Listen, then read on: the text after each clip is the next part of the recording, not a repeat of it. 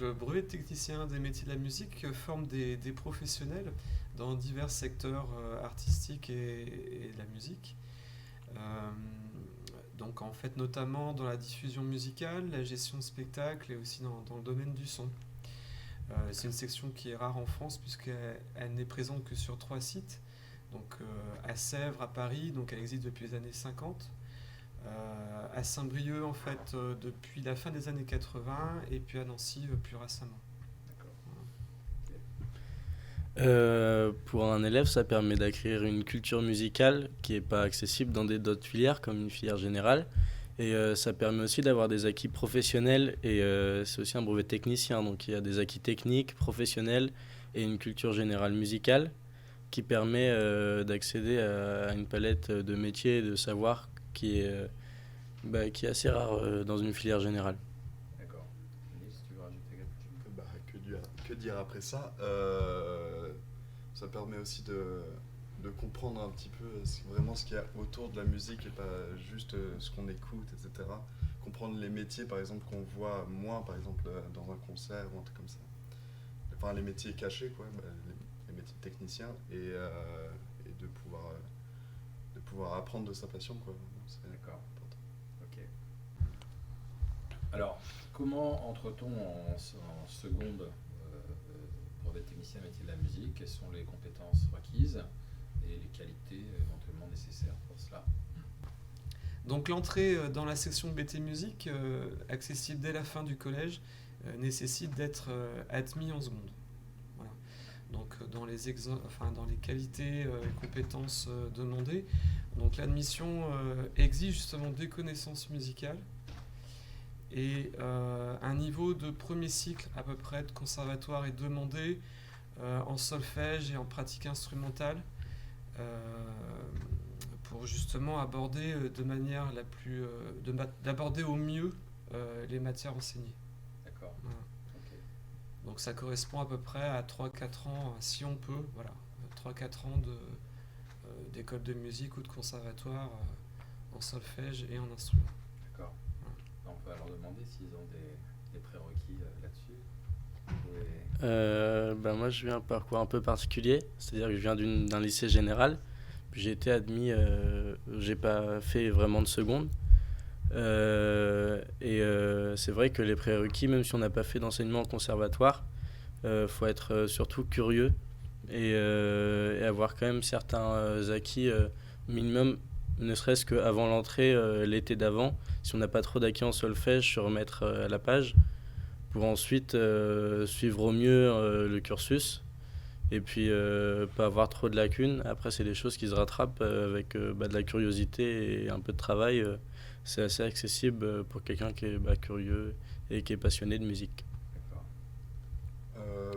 Moi aussi, c'est un parcours un peu plus basique. Moi, j'ai fait une seconde BT, mais je ne l'ai pas fait à Saint-Brieuc, je l'ai fait à Sèvres. Et moi, pour rentrer, j'ai passé ils font une sorte de petit concours pour rentrer. Donc, du coup, il y avait déjà des trucs de transpo à faire. Donc, du coup, j'avais révisé avant. Parce que moi, je fais du conservatoire depuis que je suis tout petit. Enfin, j'en ai fait beaucoup. J'ai commencé le piano à 5 ans en conservatoire. Et donc, du coup, tout ce qui était lecture de notes, etc., ça passait, quoi. Mais après, j'ai pris des cours avant pour les transpos parce que ça, c'est un peu nouveau. J'avais pas abordé le sujet. Et puis voilà. Ouais, d'accord. Et toi, Alexandre, du coup, tu es musicien là-bas? Oui, en fait, moi j'étais vraiment plus musicien pratique, c'est-à-dire que j'avais beaucoup de bandes, je jouais dans des bars avec des amis. Et par contre, en termes de solfège, j'avais jamais vu de partition avant mon audition au BT. Ouais. Et donc, j'ai eu la chance que notre professeur, Madame Delamotte, ait accepté. Je lui ai promis de travailler pour être entré, en fait, au final, avec un peu de persévérance, ça l'a fait. Et, et c'est vrai que la lecture de notes, c'est quand même assez important, mais ça prend vite, on va dire. D'accord. Donc venons-en au cœur de la formation. Est-ce que vous pouvez nous expliquer comment elle se passe, quelles sont les matières enseignées, et puis éventuellement aussi comment les élèves sont évalués pour l'examen du brevet de technicien? Donc la formation se déroule sur 3 ans, donc de la seconde à la terminale. Des stages sont prévus aussi.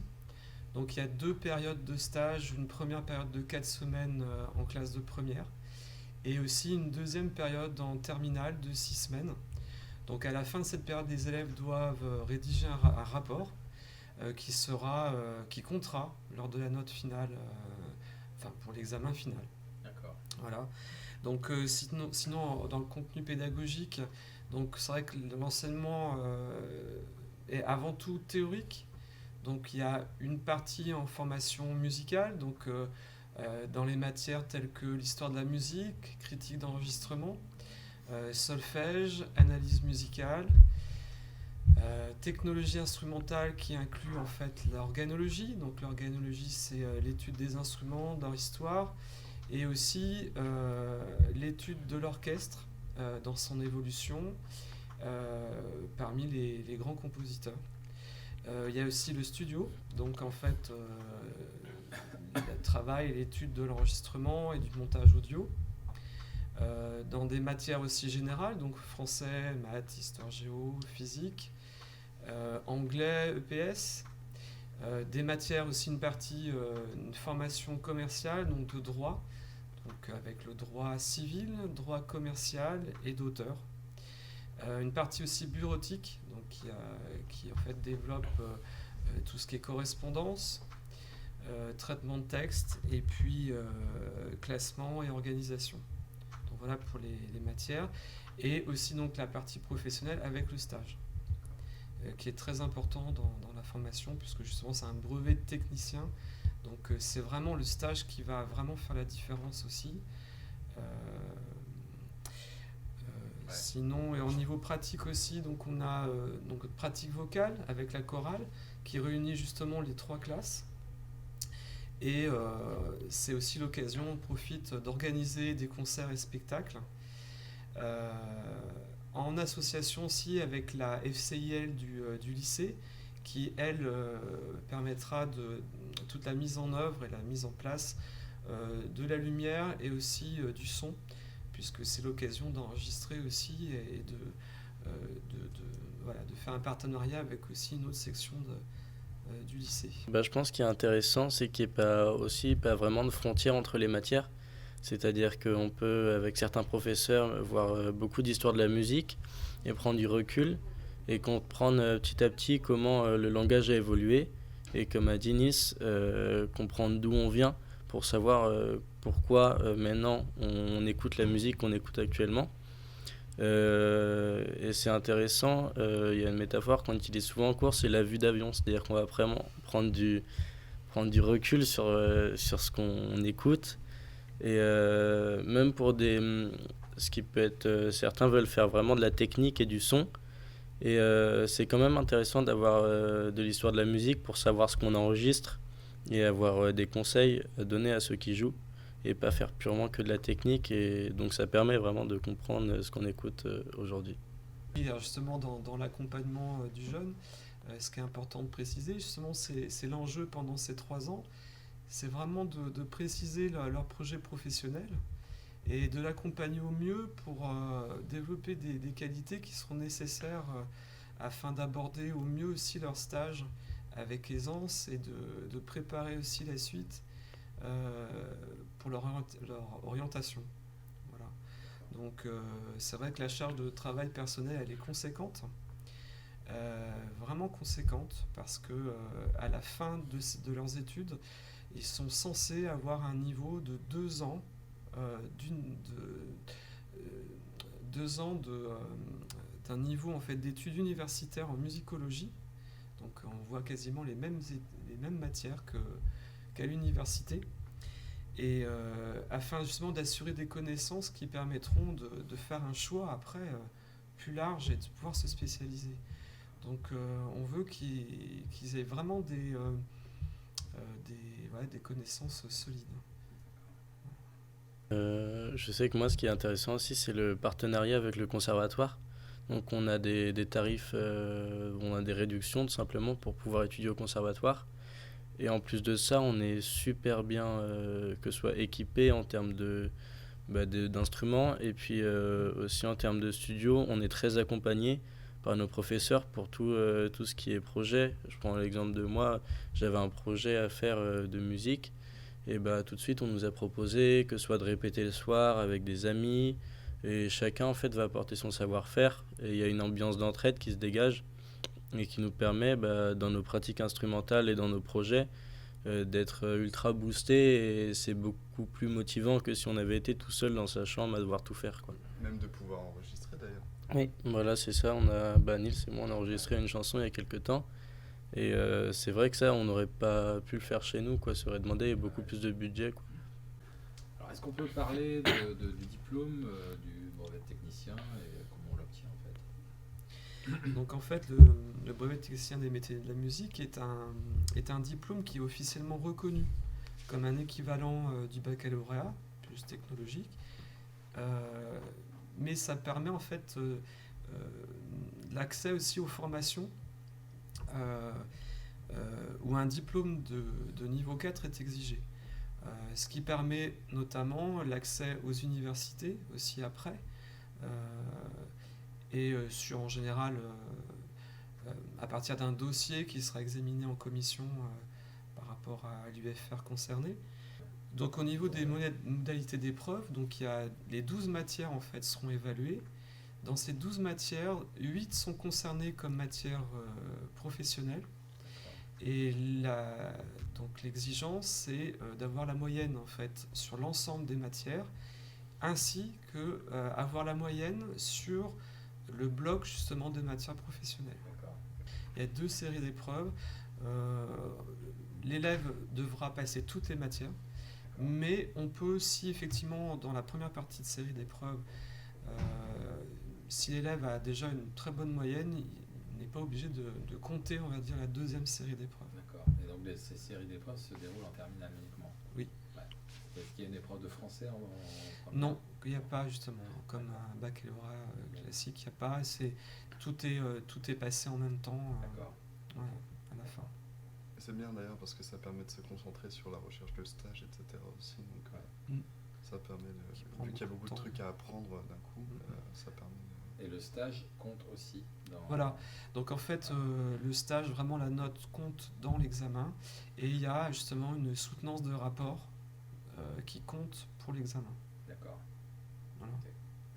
Donc par rapport au débouché de la section, donc, je pense qu'il faut être conscient que la musique croise beaucoup de disciplines très diverses. Donc si on veut se spécialiser après, je pense qu'il est nécessaire de continuer des études. Exemple, si on veut être luthier, ça paraît indispensable de connaître le travail du bois. Donc nous, en fait, l'examen, c'est un titre d'accès, finalement, à poursuivre justement dans des directions très diverses. Donc c'est totalement nécessaire pour se spécialiser.